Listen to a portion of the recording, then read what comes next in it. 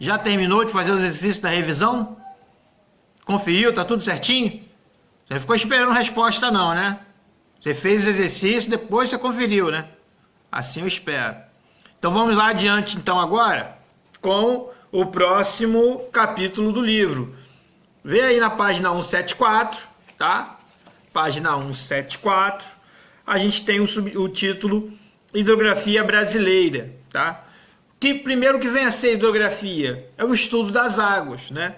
Os recursos hídricos, né, de um determinado território. O capítulo vai falar esse território, né, brasileiro. Primeiramente, aonde que a gente encontra a água no nosso território? A água está na atmosfera, né? Seja através seja através da transpiração, nossa transpiração das plantas, né? Ela sobe as nuvens, depois desce na forma de chuva, escoa pela terra, forma a água subterrânea. Esse lençol freático subterrâneo, quando ele fica cheio, ele acaba saindo em algum lugar que vai formando as nascentes dos rios, ou em alguns casos até de alguns lagos, né? Lagos ou lagoas, e também, depois de tudo, esses rios correm em direção ao oceano. Então a gente está cercado de água o tempo todo, seja no nosso corpo, seja na atmosfera, né? E também no solo e embaixo dele. Agora vamos focar um pouquinho nos rios, tá ok? Página 175, eles já estão falando aí dos diferentes tipos de rios. Você sabia que os rios são diferentes? Tem diferenças de um para o outro? Por exemplo, você sabia que tem rios que ficam o tempo todo, você vai o ano inteiro, você vai naquele determinado lugar, o rio está ali.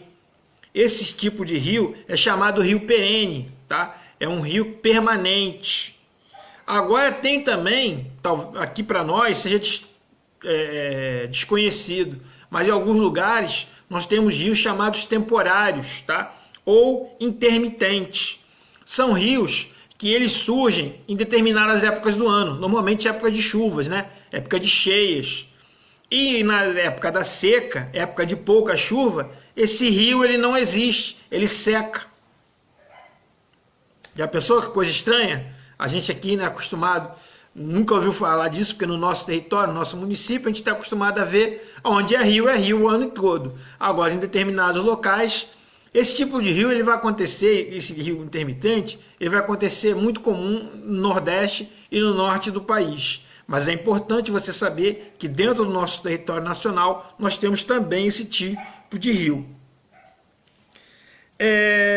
E também o último tipo são os chamados rios efêmeros, tá? São rios que surgem apenas e exclusivamente, tá? Apenas e exclusivamente nas ocasiões das grandes chuvas, tá? É uma marca, ele sempre que tiver chover muito, uma chuva muito grande, determinado local vai ter uma correnteza e vai ser esse tipo de rio, vai ser chamado rio efêmero, tá?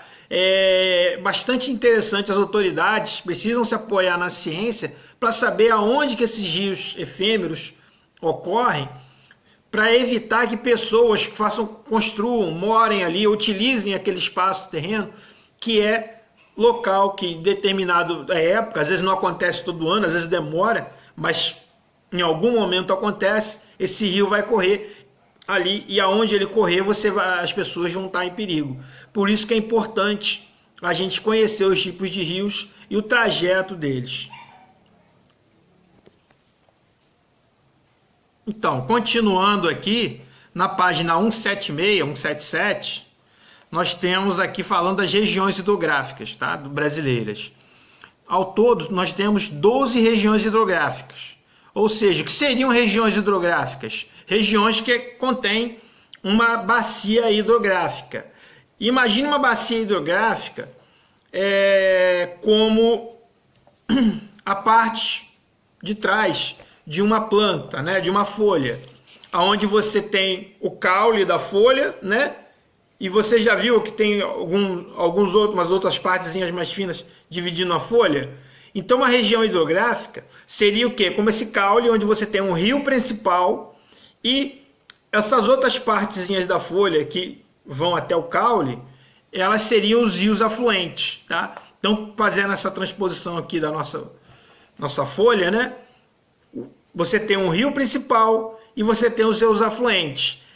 Essa folha, a gente jogando ela em cima de um mapa, de uma região, a gente forma uma região hidrográfica ou uma bacia hidrográfica, onde você tem um rio importante e você tem os demais afluentes que alimentam esse rio maior com águas.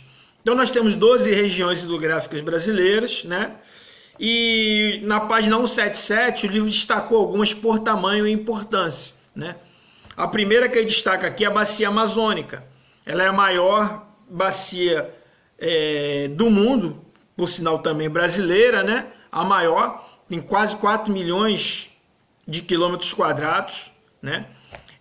O principal rio dela é o Amazonas, que é o rio mais extenso do mundo, mais caudaloso, ou seja, maior volume de água, né? E é um rio que é interessante, é um dos poucos rios brasileiros que nascem a partir do degelo que vem da neve da cadeia dos Andes, né? Os demais, eles vão ter outro tipo de água. O rio Amazonas, ele é o maior do mundo e dos rios importantes brasileiros, é o único que tem essa característica. Ele não tem uma nascente, né? Como nós falamos aqui, brotando da terra, né?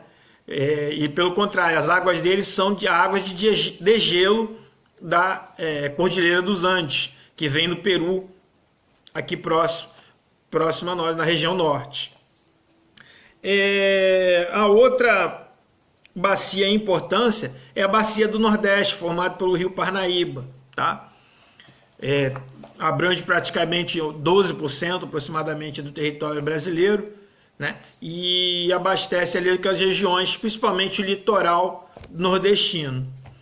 A bacia Tocantins-Araguaia, que é a bacia que interliga a região centro-oeste, é o bioma amazônico, né? É uma bacia que a maioria dos rios, elas correm do Planalto em direção à Amazônia, que você tem o Planalto Central, nós já estudamos isso em relevo, é um terreno mais alto, e a região amazônica mais baixa. Então, esses rios da bacia Tocantins-Araguaia, em sua maioria, correm em direção à Amazônia, ajudando a formar também as águas daquela bacia, lá que é a maior do mundo. Temos ainda a bacia do Rio São Francisco, né? É onde você tem o rio chamado Velho Chico, um dos grandes rios importantes, que ele nasce em Minas Gerais e vai adentrando o país numa parte do semiárido. Então é um rio muito importante, né? Em muitos lugares é a única fonte de água doce. Daí a importância desse rio para a região do semiárido brasileiro. E virando aqui a página 178, né? Nós temos aqui a Bacia Platina, né? Essa já é uma bacia internacional, onde o Brasil divide as águas de alguns rios, né? Principalmente o Rio Paraná, o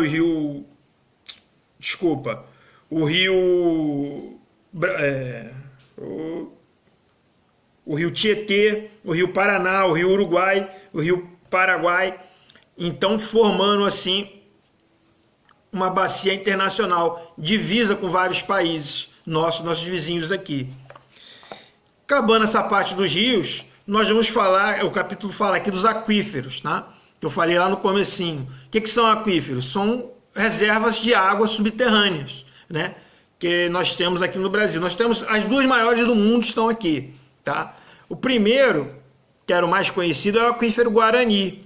Ele é muito extenso, tá? Ele tem aproximadamente 45 mil quilômetros cúbicos, ou seja, imagine 45 mil litros de água, né? É muita coisa mesmo. 45 mil não, 45 milhões de litros de água, é muita coisa. Você acha ele muito? Esse é o segundo maior aquífero. O maior aquífero do mundo, né, e brasileiro, fica na região amazônica, é o aquífero de Alter do Chão. Esse é quase o dobro do aquífero Guarani, né? Esse aquífero Guarani, ele é dividido entre Paraguai, Argentina, Uruguai e Brasil. Já o Terra do Chão, na região amazônica, ele é 100% nacional. Ele fica ali entre os estados da Amazônia e estados do Pará, belisca ali um pedacinho do estado do Amapá. Tá? Com isso, nós concluímos aqui esse capítulo sobre hidrografia brasileira. Tá? Preste atenção nos exercícios, logo após, peguem também os textos de apoio, tá? E logo após façam os exercícios, em seguida eu estou fazendo a correção. Grande abraço, até a próxima aula. Ah, não se esqueçam, dúvidas? Mande para cá. Um abraço.